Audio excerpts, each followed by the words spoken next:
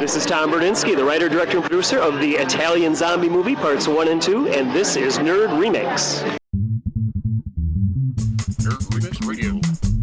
Nerd Remix. Nerd Remix Radio. Nerd Remix Radio.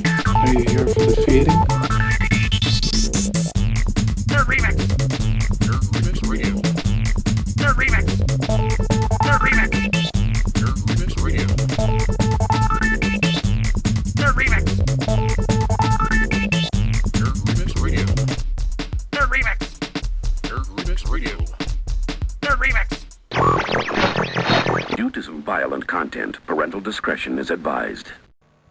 All right, this is Tom from NerdRemix.com, and on the phone I have the talented writer, director, well, I don't know about director, but producer, actor, Marv Blauvelt. Marv, how's it going?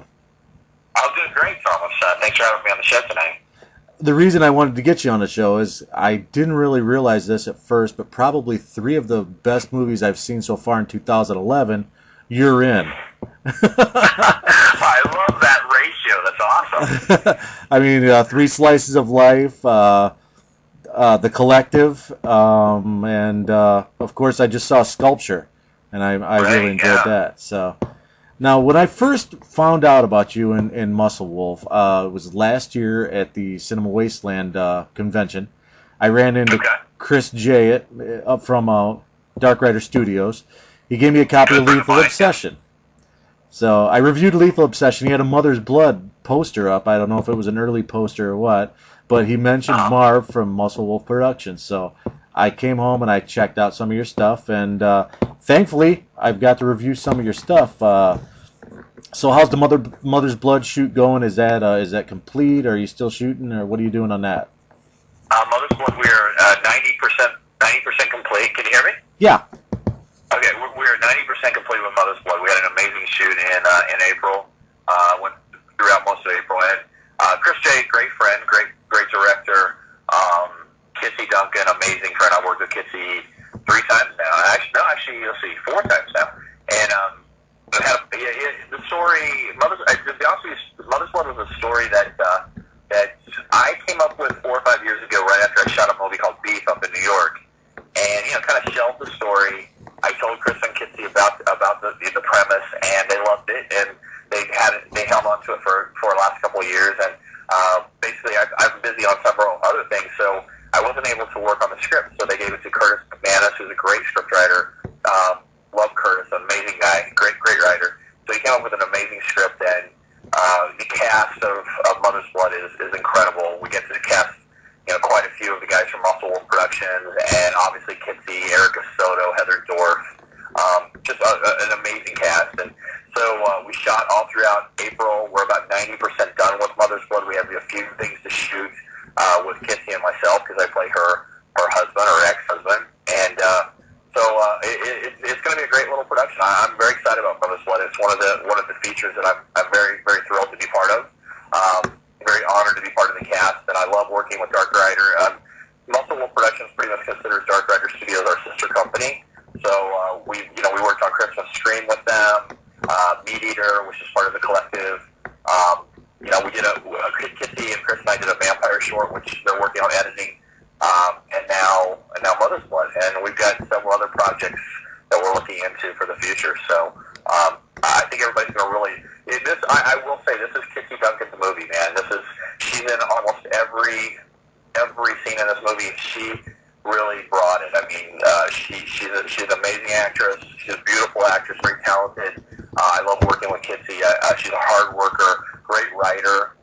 She just jumps right in there. So this is her film. I will say this. So you guys will see Kitsy in a whole new light, because she's a venomous bitch in this movie. So I think you guys will like it. Yeah, she was kind of hardcore in A Christmas Scream. And hey, she's our current horror hottie of the month, at least until the end of May. So, you got to give her a shout out there. Good choice. Very good choice, by the way, yes. Speaking of hot women, Sculpture, you worked with Rain Brown in that. She's like a current favorite of mine. So that was I think in my review, I don't know if this is direct quote, but I said Marv does some fucked up shit in this movie. I mean, what kind of place do you take yourself to do a role like that? It's funny because when we were working on Sculpture was Sculpture's kind of on my baby a little bit. Most of the family members, most of the scenes, I wrote in collaboration with Paul Quintero and the producer director Pete Jacklon. But basically, I came up with most of that film. I don't mean to toot my horn, but most of the stuff in that film was from my twisted mind. And then luckily we had Trevor Wright, who I work with a lot. He's a phenomenal scriptwriter. I worked with him on all of Psycho Street, Hypochondriac, Lewis, No Rest for the Wicked. So Trevor came in and kind of polished up the Sculpture script. But from the beginning, when I was talking with Pete and Paul about Sculpture, Rain Brown was the actress that we definitely wanted in that role. So we included Rain in a lot of the writing process. But when you're talking about fucked up shit, I actually was not slated to play the father role in Sculpture. Pete called me on Christmas Eve in 2000. I think we had the script done, and we wrote the script in 2000. Gosh, was it 7? And we shot in 2008. I can't remember. No, we shot in 2009. So Pete actually was not. Yeah, I was not really the guy. He called me up on Christmas Eve and he said, "I really want you to play, Frank Steele, the father, who's a child molester and a wife beater and a horrible character, horrible guy." And I have a 14-year-old daughter, so the fact that my character was raping my 14-year-old daughter in that movie, I actually pretty much kind of turned the role down. And then I was talking to my acting coach, and he was like, "Are you kidding me? You're not going to do this part?" And I'm like, "Oh, it's so slimy, so awful." And he said, "They're flying you up to New York to do this role. A lot of people would kill for a part like that." So I called Pete back and like, hey, is it too late? My acting coach actually talked some sense into me. So I'm glad I took the role because I had when they did the premiere of Sculpture in New York, I was up for the premiere. And people came out at the premiere and they were like, "I hate you, you're terrible, you're an awful guy." So I guess I did my job. But it was a really tough role because the young lady who played Rain as a child, and in all reality she was 18 years old, but she looked like she was 14.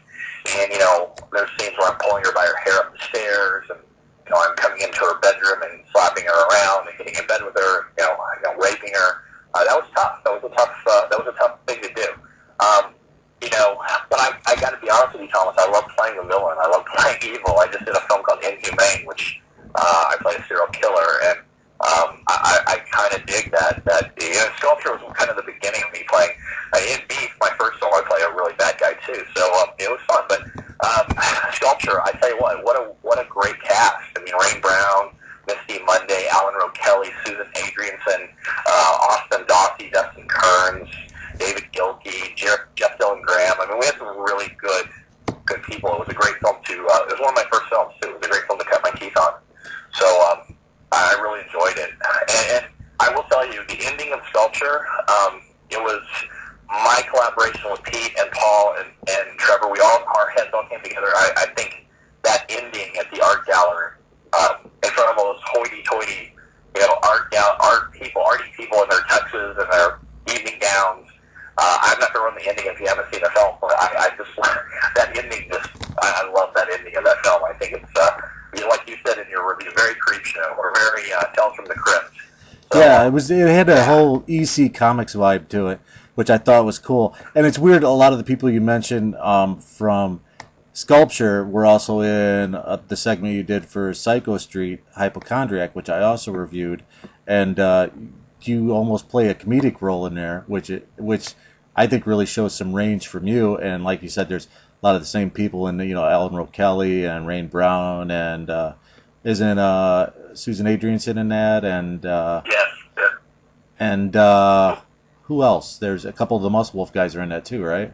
Yeah. David Gilkey is also in it. He's the guy who has the G.I. Joe strategically, part of his body. If you haven't seen the film, Jeremy Mulkey. We also have Zoe Shalanda. I can never say Zoe Delman Shalanda in the film, who's amazing. Edward X. Young, who I did a movie called The Green Monster with. Colleen Cohen. She played the Mexican lady. She was in Green Monster with me. We had a really Hypochondriac. I'll tell you, Hypochondriac came about from, I don't know what I do for a living, but I work for a big biotech pharmaceutical firm out of Europe, and in the beginning of my career, I was calling on all these doctors' offices in the states of Kentucky and Indiana and Ohio, and many of those things that were in hypochondriac, actually, I witnessed in these small doctors' offices in southern Indiana, Kentucky, and Ohio.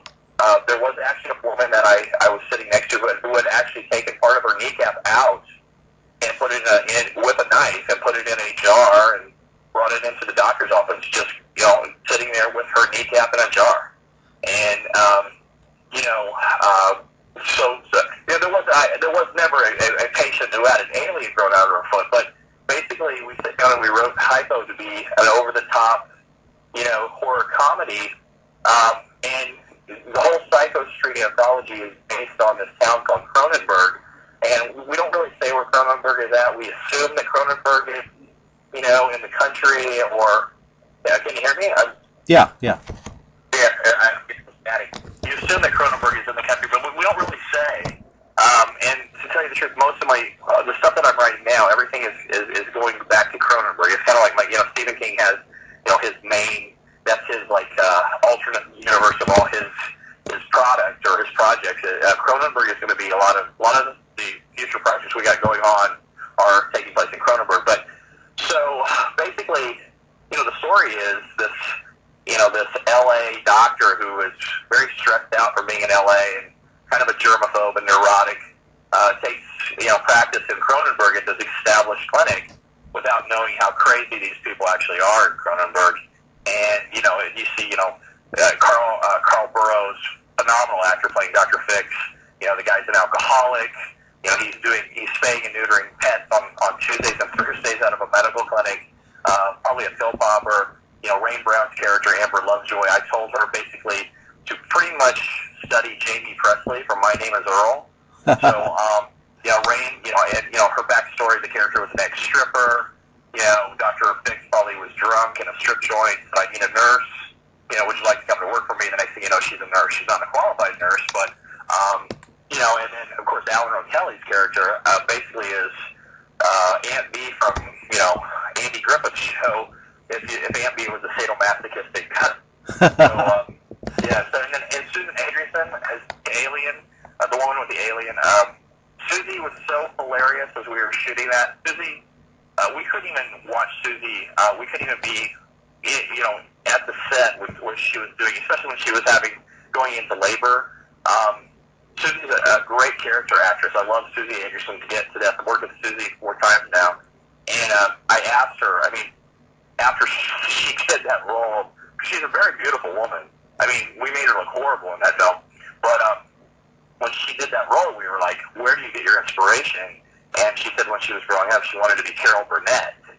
And you can see it. And Susie also is, she's also in the Lewis segment of Psycho Street, which is a 70s grindhouse throwback satanic film, kind of like To the Devil Is Daughter, or, if you remember The Sentinel, Brotherhood of Satan, Devil's Reign, movies like that. It's an homage to those type of films. And Susie plays a pretty evil nun, a satanic nun, who has an ulterior motive. So she's an amazing actress. You can see Susie in many, many roles. We actually, in Lewis, we made Susie look like kind of a gothic evil Pat Benatar, if you can imagine that. I kind of saw a little bit of that at Motor City Nightmares. You guys had the trailer running at your table, yeah. I tell you, so Hypochondriac did very well. We sent it out to festivals last year. It won Audience Choice Award at the Philadelphia Terror Film Festival. Alan won Best Supporting Actor at the Dark Carnival Film Festival. Rain was nominated in several festivals as Best Actress for her portrayal of Nurse Amber Lovejoy, the stripper / nurse. I think that was one of Rain's best performances, to be honest with you. And people love it. We had I think 9 or 10 reviews of Hypochondriac, and out of the reviews, we only had 1 bad one. So that's pretty, 9 good ones, maybe 1 bad one. So that's pretty nice. And then when people saw Hypochondriac, they go back and rediscover Sculpture, and Sculpture, which is a totally different movie than Hypo with a lot of the same cast members. It's just a totally different ride. To tell you the truth, we shot Hypochondriac in New York, or actually in New Jersey, right after the Sculpture premiere, because many of us were there for the Sculpture premiere. So I think Sculpture premiered like on a Thursday night or a Wednesday night. We stuck around. We shot hypo over the weekend in a 2-day shoot up there. So yeah, so it was fun. You know, it was fun to take the same actors and put them in totally different types of characters. You know, and it was a lot of fun. And then the rest of Psycho Street, I'll tell you, we've had some good stuff. I mean, Psycho Street is totally, every segment is different. The second segment is called No Rest for the Wicked. It's a script totally written by Trevor, right? An amazing, like I said, amazing writer. Mm-hmm. No Rest for the Wicked is the story of a young mother who's addicted to prescription drugs, and she lives alone with her child in Cronenberg, in the apartment in Cronenberg, her baby, and her boyfriend comes back into her life, her guitar boyfriend, and she has to make a choice, my boyfriend or my child. And the choice that she makes has devastating effects on everybody, and it's so different from Hypochondriac. It's very, it's very controversial. I think it's very pertinent to what's going on in the news right now about mothers killing their kids. Jeremiah Kipp and Rain Brown. Rain Brown directed. Jeremiah Kipp was assistant director. Jeremiah is an amazing director, phenomenal. He did Contact. He did Crestfallen, which we co-produced last summer. I reviewed both of them, yeah. Yeah, I co-produced Crestfallen and Jeremiah came in. We shot it here in Bloomington. It's an amazing little film. And that's what I love about Musclewolf. We're very diverse in what we get involved in. So No Rest for the Wicked. That's the second segment. It's almost finished. And the third segment, obviously, is Lewis, which we talked about, which we did with Tiny Core Productions with Anthony G. Sumner and Eric Richter. Talented director. Yeah, and Lewis is wow. I tell you what, I wrote the script with Trevor Wright. Anthony came in and kind of polished it up a little. Lewis is a very twisted homage, like I said, to the 70s, the cult grindhouse. Yeah, kind of. The first thing that popped into my mind was there was actually two things. Was one, Jerry Murdoch's in this. Yes, Jerry Murdoch plays Father Lennox, and he's kind of an evil guy too. And then the second thing was, it reminded me of the first movie that popped into my mind was The Devil Rides Out, Hammer film with Christopher Lee in it. So yeah. Yeah, the Hammer film, and I got my start in horror with Hammer and Amicus. So those were the two things that started me in horror as a child. I used to love watching Christopher Lee and Ingrid Pitt and Peter Cushing, and but yeah, it's very. I will tell you, it's got a lot of blood and gore. It's definitely our bloody, gory segment of Psycho Street. It's got a lot of it's got a lot of kinky sex, a lot of nudity. It's our R rating. That's kind of what messed me up about Three Slices of Life, because I knew Anthony Sumner's work from By Your Hand She Draws You Down, which he did last year, a fantastic short film. And here I watched Three Slices of Life, expecting something classy and subdued like that, and he just went all out and threw everything in a meat grinder, and it was great. Anthony likes the blood and guts and gore, and I relate to that. I'm so in. I like. Don't get me wrong. I like some subdued horror, and I think By Her Hand is a beautiful piece. It's not a piece that I would have written because I think differently. And that's not to say that it's bad. It's just I don't think in those terms. Lewis. If you remember Pink Snapper from Slices of Life, Lewis is very similar in gore.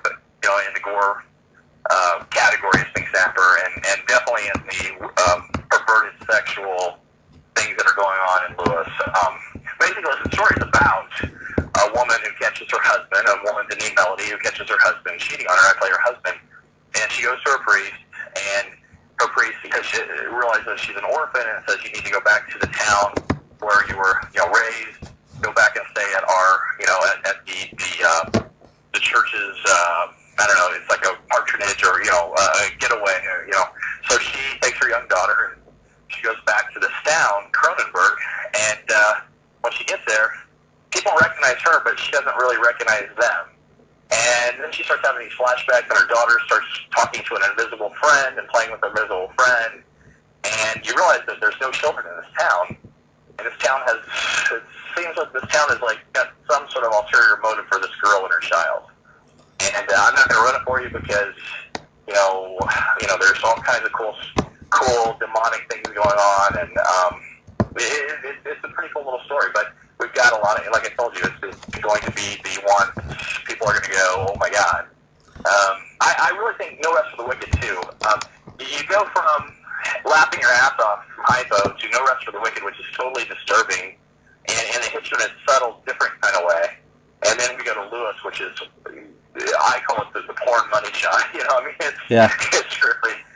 And then a wraparound, come on, with Tiffany Shepard. The wraparound is, Tiffany brought it. I mean, Tiffany's amazing. I know good things about Tiffany Shepard. She's a dear friend of mine. I would work with Tiffany Shepard on anything. I met her last year. She was really cool, and she smelled fantastic. So. She's a great person to work with. She's a dear friend of our family. My wife and Tiffany are great friends. And so Tiffany, we brought her in to play Leela Barker in the wraparound, and Leela Barker is Marcia Cross from Desperate Housewives, psychotic. If you can imagine Marcia Cross as a psychotic deranged killer on that show. And basically, it starts out with her and my business partner in Musclewolf Productions, Jared Degato. Big Jared, you met him in Detroit. Yeah. Jared looks like Wolverine. So, she and Jared are in bed, and you realize that some things have happened, and all of a sudden you hear some noises from the basement, and she tricks Jared into going to the basement and basically sticks a meat thermometer through the back of Jared's head and pushes him down to something that's living in the basement. And then the doorbell rings, and it's Rain Brown looking for her husband, who came over to borrow tools earlier and never came back. And so Leela, which is, Tiffany Shepard, invites Rain in to tell her the stories about the town, about Cronenberg. And, the stories go from the medical clinic hypochondriac to the apartment building, which is No Rest for the Wicked, to the history of the town, which is Lewis. And we find out that Leela has something in her basement that is not normal, is not safe, and is very hungry. So, and we find out why the neighbors are kind of disappearing around Cronenberg, especially the ones that live next to Tiffany Shepard. So, Tiffany came in, did a great job, and the whole Psycho Street anthology. I hope people enjoy it. We wanted to basically give people 4 different types of horror, like horror comedy, psychological thriller, and grindhouse occult. And I'm sure the wraparound with Tiffany is very 80s, kind of campy, Friday the 13th kind of stuff. So I'm excited. We hope to premiere the movie in July, actually. Cool. I'm really excited to see it. Another thing I wanted to ask you about while I got you on here is Closed Casket. Where are you at with that?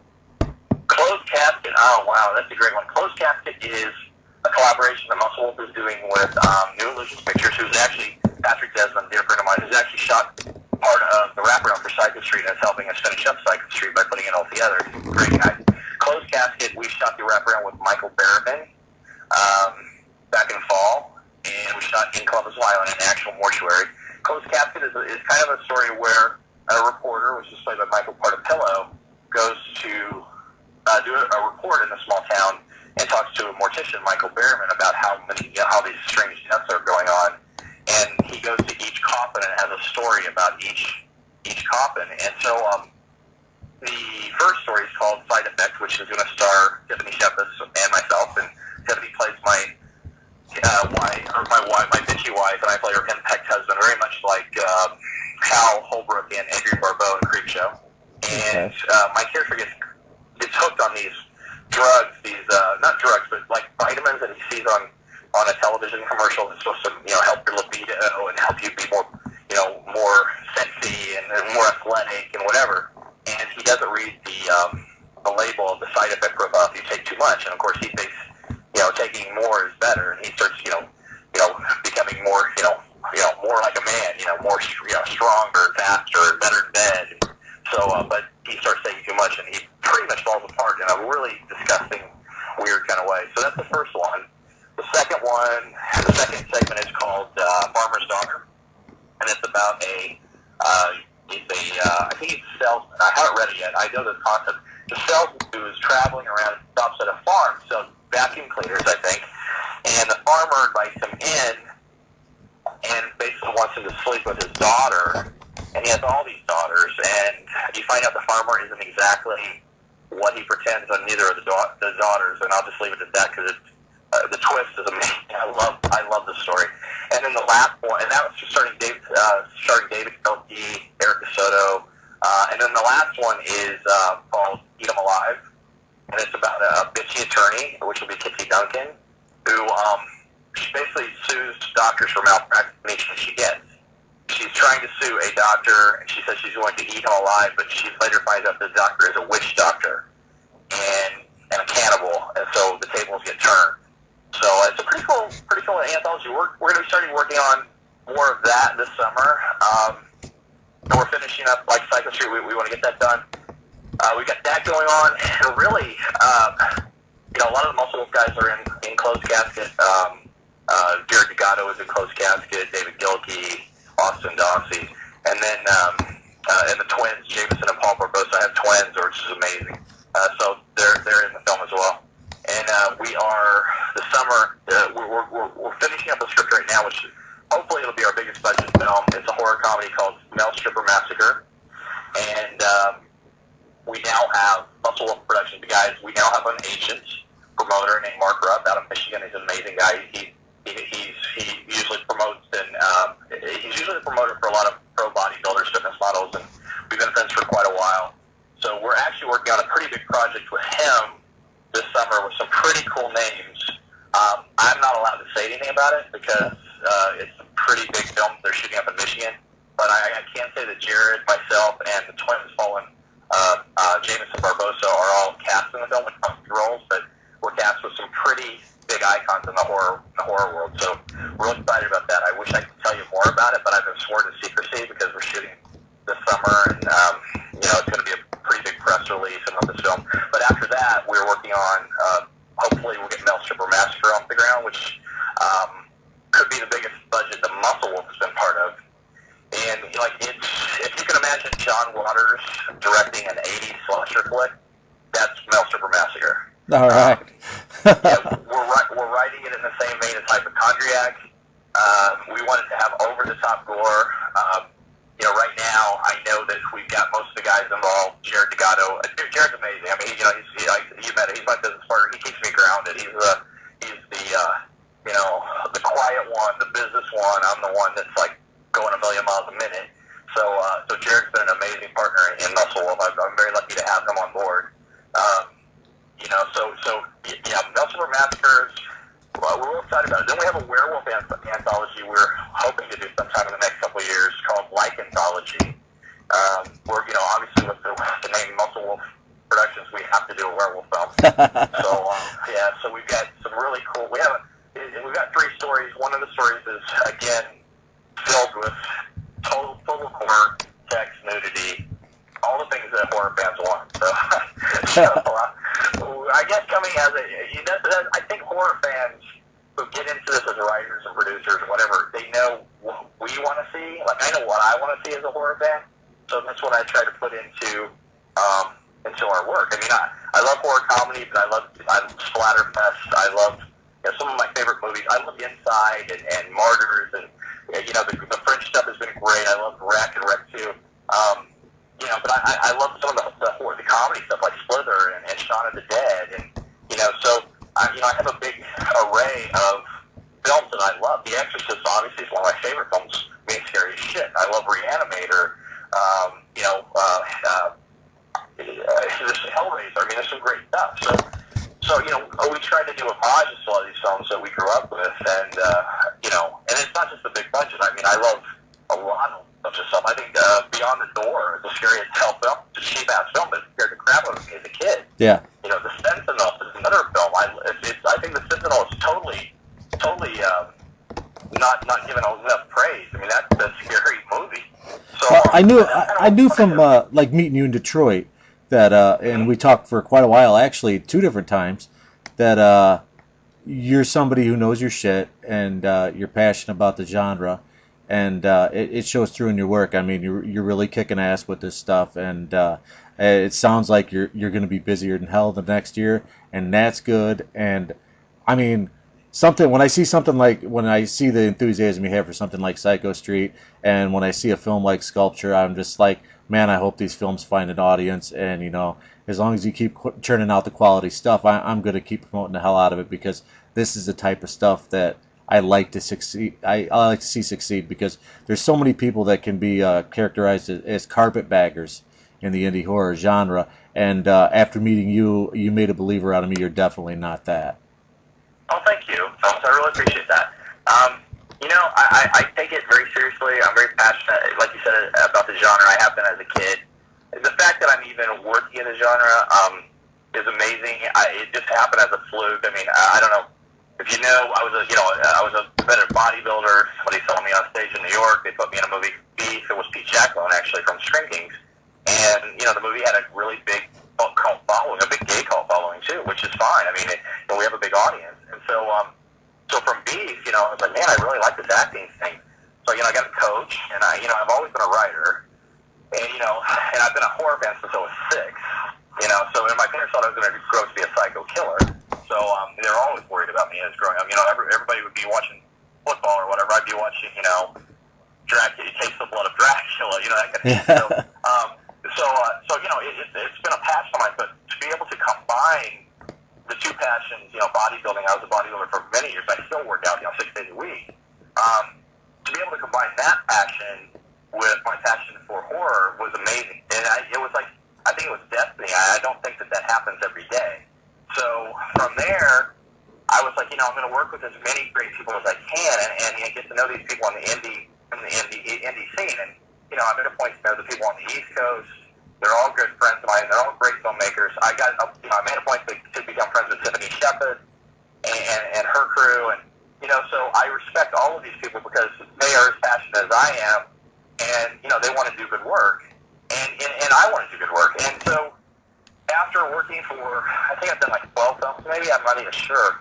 After working for a lot of great people in the industry, in the indie industry, I thought, it's time for me to get back. And so my getting back was forming Musclewolf Productions, and and these guys like Austin Dawson, Kurt Degato, and David Gilkey, and the twins, and, they want to get started in this too. And I'm hopefully I'm giving them a forum to show their to get their creativity out there, to become actors and get work. And because really I was very lucky to get started, and hopefully I'm doing that as well. And as far as the writing stuff, again, like I told you, if I'm a huge horror fan, and I have been as a kid.